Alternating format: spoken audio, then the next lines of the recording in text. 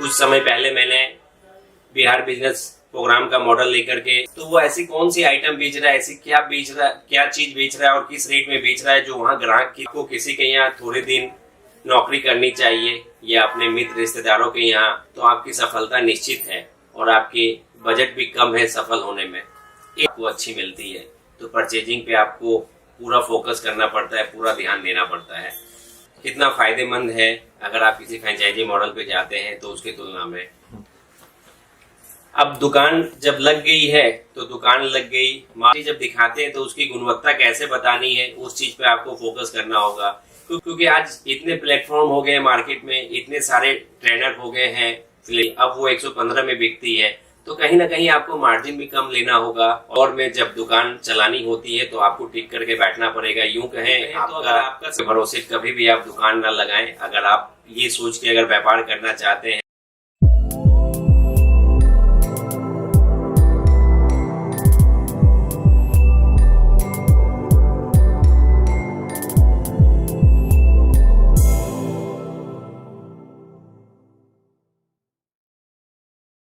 बहुत जल्द मैं कानपुर, जौनपुर, उत्तर प्रदेश के इन शहरों में आने वाला हूं।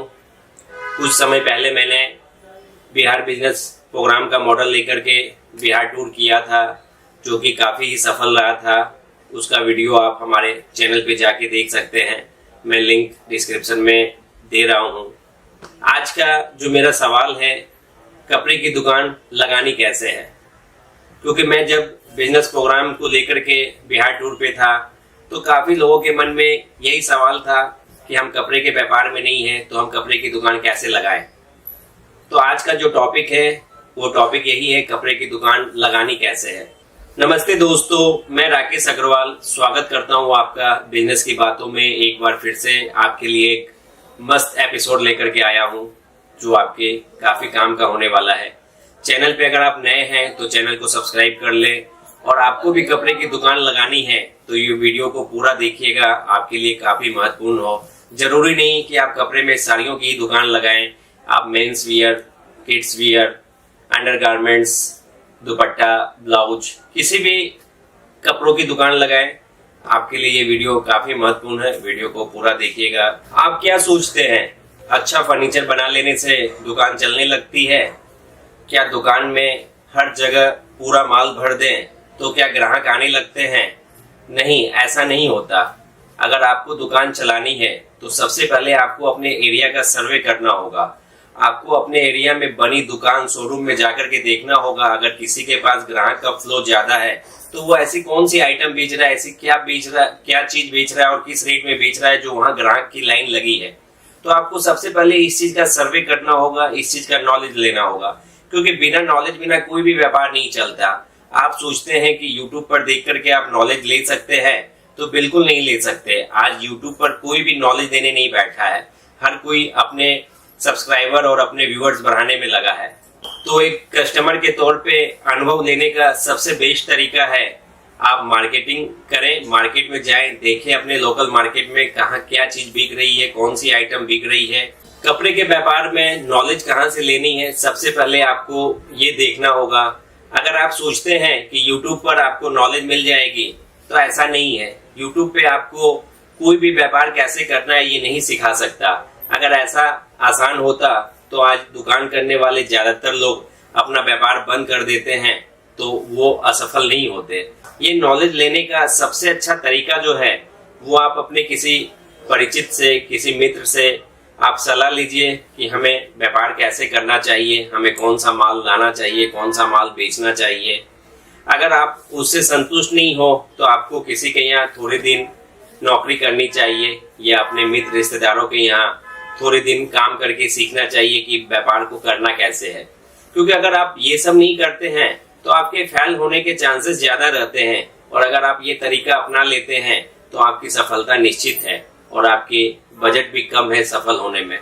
एरिया सर्वे करने के बाद आप अपनी मंडियों में जाएं, वहां की रेकी करें और देखे समझे कौन सी चीज क्या भाव में मिलती है, सस्ता माल कहाँ मिलता है, और सस्ता माल ही बिकेगा ऐसी सोच कभी नहीं रखनी चाहिए, क्योंकि सस्ता रोए बार बार, महंगा रोए एक बार। आपने ऐसी कहावत सुनी होगी। आप सस्ता माल भी रखिए, लेकिन आपको थोड़ा अच्छा माल पे विशेष ध्यान देना होगा, क्योंकि जब आप अच्छा माल बेचते हैं तो ग्राहक आपके पास रेगुलर जुड़ते हैं। आज आप जब नई दुकान खोलते हैं, पहले दिन रिश्तेदारों से, मित्रों से सेल तो अच्छी मिल जाती है, लेकिन वो आपके कोई रेगुलर कस्टमर नहीं होते। अगर आपको रेगुलर कस्टमर चाहिए तो आपको चीजें भी कहीं ना कहीं अच्छी रखनी होगी। माल ऐसा खरीदें जिसे आप दिल से बेचें, मन से बेचें। जब आप माल बेचते हैं तो दिल से बेचें, और वही जहां परचेज करते हैं तो दिमाग से सोच के परचेज करें।